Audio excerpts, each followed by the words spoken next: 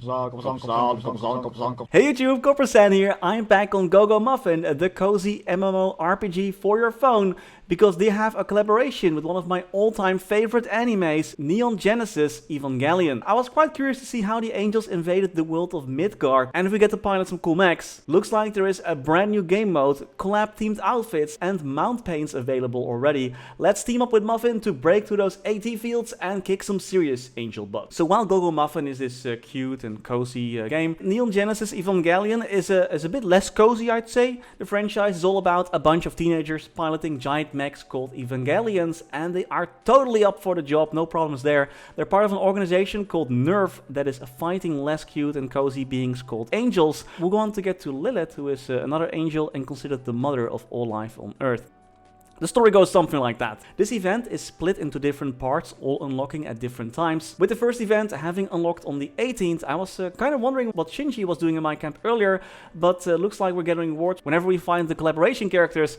I accidentally already clicked on him before I started filming, so just imagine him sitting in a camp like this. And in case you're wondering why I'm a lower level again compared to the previous video, I started on a new server when I became a scholar this time around. I'm going for the full-on nuke build, which is pretty fun.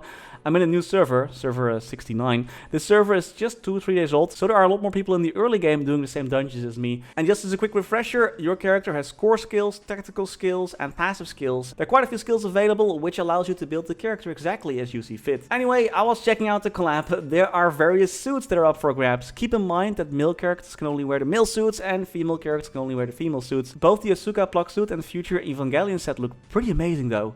You'll get a 3-day set for free, so you can experience what those skin-tight bodysuits are like. I think I'm going to go for the Asuka set, but with these sunglasses, you know, just for some extra aura. This is just the first season of outfits, with the Kawuru and Rai plug sets being available at a later date. There are not just outfits, but also poses, there's frames, there's medals, there's so much more. I love this pose from Shinji, and you can also get a pretty cool mount as well. The future Evangelion shop is a special shop where you can just use your regular gachas, so let's see if we can get lucky there. Actually, I actually got the medal. Nice, we're equipping that one right away. And for the second pull, we got the footprints. Nice. I guess we're going for that future set look after all. Looks pretty neat though, doesn't it? I also pulled some additional things from the regular gacha, and man, we actually got the bodysuit permanently. Now we're talking. Once you're level 50, you can take on another part of the event where you can take on the 4th angel who utilizes different tactics.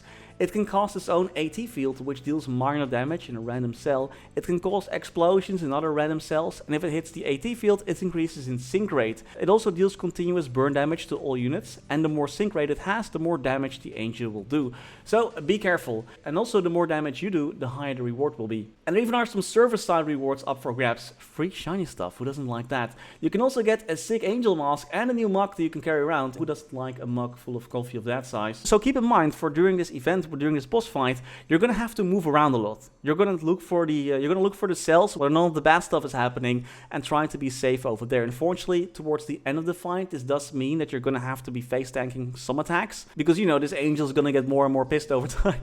So be careful, keep moving around, and that way you should be able to at least, to get a quite decent score. And if you're in a level 10 guild, you can also enter the Echoes of Battlefield, where you can again face off against a powerful angel, but with your guild.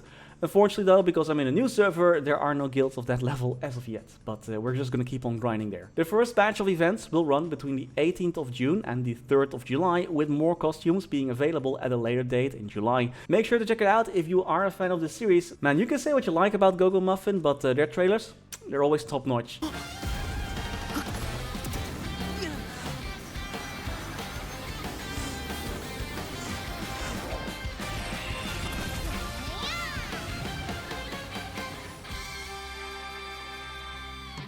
So what else can you do in Go Muffin? What's this game even about, in case you haven't actually played this or heard about it yet? In this game, there are a total of 5 classes: the Swordbearer, Wayfarer, Scholar, Shadow Lash, and Acolyte. Each class can also advance up to 3 times. For example, the Shadow Lash can class change into the Darkblade and eventually into the Nightweaver. The Archer class Wayfarer eventually gets more elemental attacks. The Archmage looks pretty sick with their Thunder and Lantern skill. I can't wait to get that. And the class we played last time was the Acolyte. This is the healing supportive class out of the 5, but this class then changes into Oracle, which allows you to summon those freaky tentacles. So your character will automatically play through the stages, and it's up to you to use your skills manually or have the game fire them off automatically. And there also are raids, like for example this dragon boss, where you also have to move out of the way of certain attacks.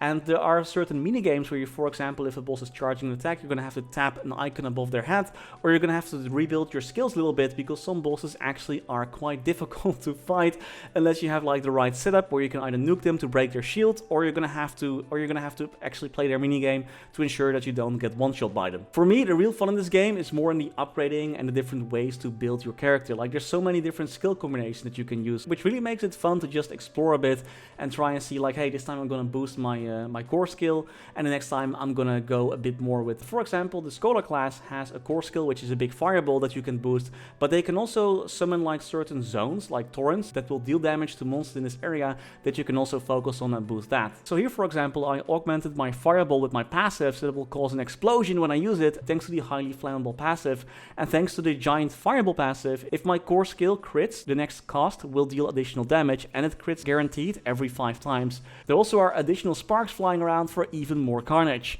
And thanks to the elemental affinity passive, the elemental damage gets increased as well. So that's how you can play around with these different skill builds. Skills can also be upgraded to improve their damage or effects, and all skills can be started up by collecting skill fragments from the fortune teller. Starting up skills also gives passive buffs to your character, so even if you aren't using all your skills, the skills that you get from the gacha are always going to be useful, as you can get a passive boost this way, which is always great. And there also are talent trees available where you can customize your characters even more. Those unlock over time. Your gear also has plenty of options and depth. Items have set effects, which are beneficial to pair. Items can be fused to buff up their stats even more. Stats can be rerolled.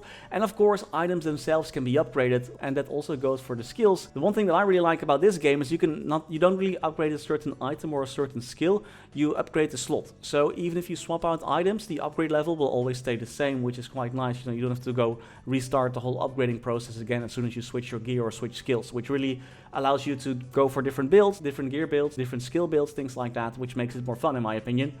And another fun thing that you can do once you reach a high enough level is collecting Melamon. These cute little critters will carry you through your fights. For example, I got the legendary Melamon Smarty, who is super smart apparently. Melamon have stats, and which can both be upgraded and start, and they grow up and evolve. You can also create special skills for them, which can be equipped for even more power. To get the skills, Muffin goes through a story unlocking new skills, with the best skills being obtained once you reach the ending of the story. There's also many more features in the game, like a bakery, new raids, class changes, mounts. There is even this housing, look at this. I know it's kind of empty at the moment, but you can place your own furniture, you can chill on it.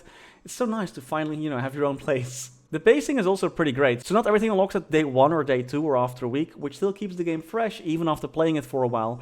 And to help you out, I also searched far and wide to get some codes that you guys can still use if you want to get some additional items. If you use the code MUFFIN0303, you will get a few rewards. You can claim them through the settings. You can also use the code DUALBLADE in all caps and Super Muffin in all caps to get special capes, just so you can deck out your character a bit more, you know.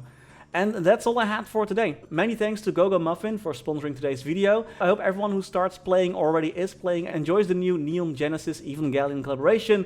And that's all I had for today. Thanks for tuning in, and as always, special thanks to our members making these videos possible. Special thanks to Niels de Coninck, Raar maar waar, Sebastian Hanøy, Caudimorda, Wiley, BackSpaceOTI, Ziggy, Flidiot, Knivesu, Cloudfix, Michael Menchaca, Raythius, Betrayal1489, Sylvio Neto, StrikerElk, Ryaiser Aryu, MaxBurnHeart, The Passenger, ScottyFlysFast, Only, Spudsy, snafuPop, Dewey Tran, Kaniwoo, Domi Kirch-Nehammer, Dexzu, Dantevictory, The Wolf Drake, Lord Fazil, Matthew Dev, Tils Kurspet, DVNCA, and Schwandro.